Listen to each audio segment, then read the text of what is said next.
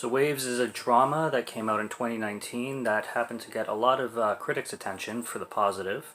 And this premiered at the Toronto International Film Festival. This is why I say 2019. A lot of it got distributed more towards 2020 though. So technically in the United States, a lot of people consider it a 2020 film.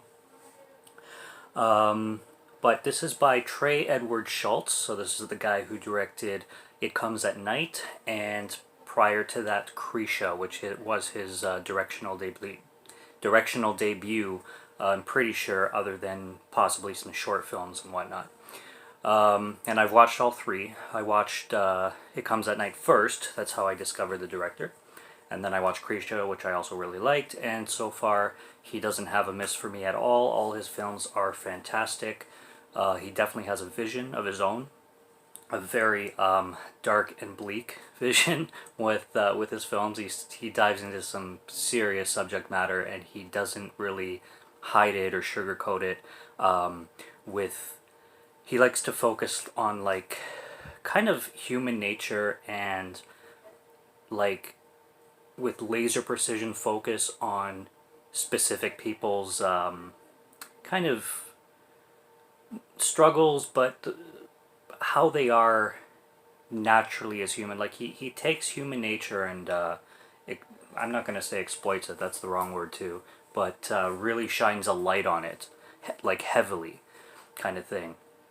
And he does this in this film, which is incredible, in kind of two parts. Now this review is obviously spoiler free, but it kind of feels like a two-part act, and it focuses on one character in the first part and the other character in the second part. The two characters are brother and sister. You could say that this film focuses on three characters if you wanted, because there is a third character in the second part of the movie that comes in, and this person is also a big part of the story. But I would say the brother and sister are definitely the main focus. One and then the other.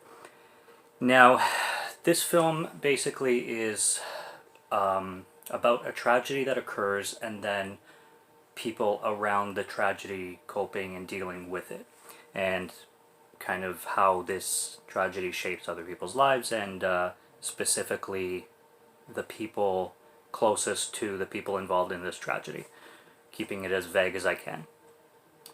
It's extremely well directed, well acted, very well written, very well shot. Cinematography is perfect. Very captivating. It doesn't miss a beat with like dragging or the second act it does get a little slower, so it still doesn't drag, but what I mean is it always keeps you interested in the film's conclusion and where things are going to go, and how things are going to play out with everybody involved. The first act is purely intense. The first act leads up to what happens, and it's absolutely intense, and you're just cringing a lot, and the film like hits you in the stomach and the heart, and you know what characters are doing are wrong, but the film never takes us away from the focus of humanity and the fact that these characters are legitimately human and not evil, so to speak. Obviously, I'm not talking about the ones who are not involved in the tragedy. I'm talking about the person who actually commits something horrible is still human, and the film shows that really well.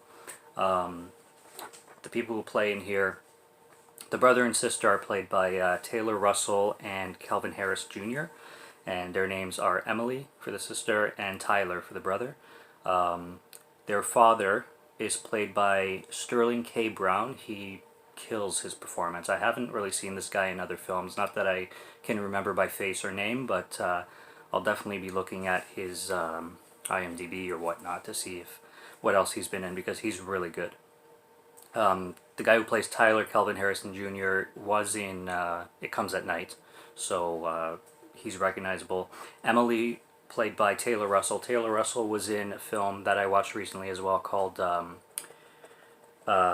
Escape Room. One of the Escape Room films. She's a black girl, and she plays the lead in Escape Room from 2017, if I'm not mistaken.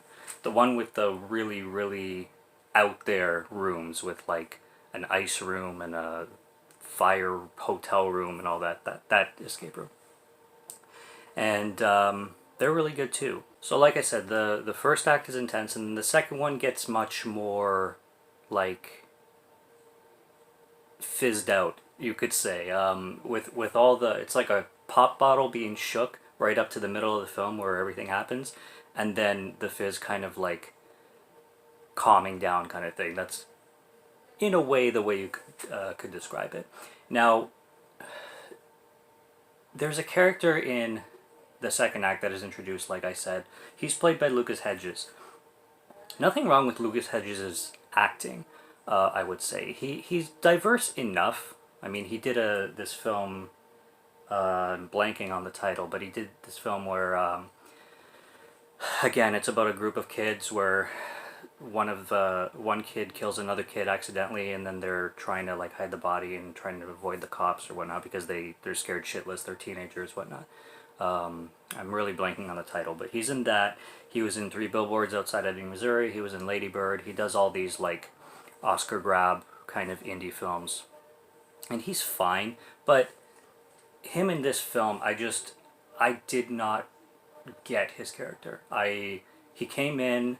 He gets involved with Emily, played by Taylor Russell, and he comes out of nowhere. He doesn't bring anything to them two or the film, and then maybe Emily needed him and he needed her for something, because there is something that he does. Like there is a plot with his character. I'm not saying that he just shows up and does nothing. I'm not saying that. I'm just saying in relation to everything else that's going on, it's like a subplot that came out of nowhere kind of thing. And I found that if they just focused to the main plot in Acts 1 and 2 and just left that plot out, maybe the film would have had a better structure for me. But that's just an opinion. That's not taking anything away from the film. That's just an opinion that I would have that I could not relate, but the film would feel more whole to me, not a whole film plus this little tidbit kind of thing. Now, that being said, I do know that Trey Edward Shults always talks about in interviews and always brings up the fact of his relationship with his own father, and something that happened with them not seeing each other for a long time, and then him showing up when his father, like the last moments of his father's life, and he puts that into, he's stated that he's put that into a lot of his films, including this one, and that makes a lot of sense when you watch the film and you see what's going on with this Lucas Hedges character who's named Luke, and what happens with his character, and you're like, okay, well, now that makes sense. Like, you can see why Trey Edward Shults would put this into this film, because he's definitely putting his own experiences into this this third film of his, and his best, easily, that I would say. And obviously a lot of critics are agreeing.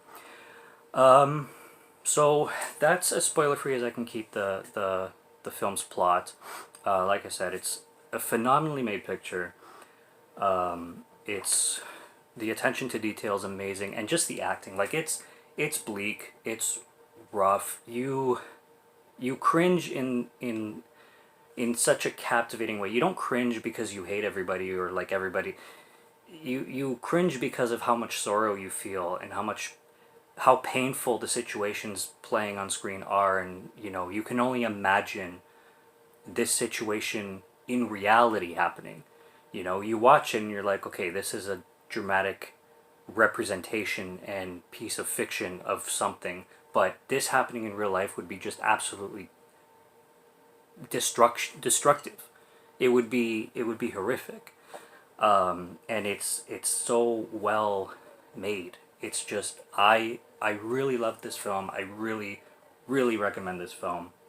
I gave it a 4.5 out of 5 on Letterboxd, and I probably would give it a 91 on 91 out of 100 for my own personal score. Why out of 100? Because I hate decimals, and I do recommend checking this one out. I would have loved to check this out at TIFF, Toronto International Film Festival. That would have been a wonderful watch to watch there, especially if Trey Edward Shults was there for a Q&A.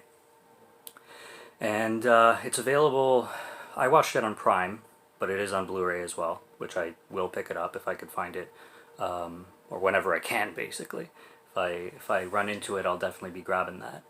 And yeah, it's great. Waves, Trey Edward Shults' third film, with Taylor Russell, Calvin Harrison Jr., Lucas Hedges, and Sterling K. Brown, and a slew of others. Like I said, not to diss Lucas Hedges, because him as an actor is fine, and he's never been bad in any film. He's a lot of his films, he kind of plays the same beat. I think people character cast him. I think that a lot of movies cast him because he has this look to him that's very specific to like, he's in a lot of the same type of films, kind of thing. He has one or two that he's different. Even this one, he's pretty much like he is in the other films. He's that guy that's there. And not saying he doesn't do a good job of being that guy that's there, but he's so character casted that, and in this movie, like I was saying, I know why Trey put him there. I know why he wrote the script the way he did, but removing that little tidbit, I think the film would just work better. But that's just an opinion, like I said. My opinions are like any other critic's opinions. Fuck them. I'm just here reviewing films, okay? I'm not even a critic. I'm a film reviewist. That's how I consider myself. I review films. I don't critique films. I'm a bad movie aficionado, for God's sakes. I watch freaking terrible shark films with terrible CGI because they're hilarious and they entertain me. So, and then I watch, there's good and bad to everything. There's good and bad B movies. There's good and bad Academy Award winning films. A lot of people hate Boyhood. I think it was the best that year. A lot of people love A Room with a View. I cannot get into that film. It's boring as hell to me. But can I take anything away from its masterpiece-ness? Of course not. So that's it. Waves by Trey Edward Shults. Phenomenal film. Go look for it. Subscribe to Morgan Film Fan if you like to listen to my voice, or if you like my film reviews. There's lots on the channel. There's lots more coming. Until next time, take care and cheers.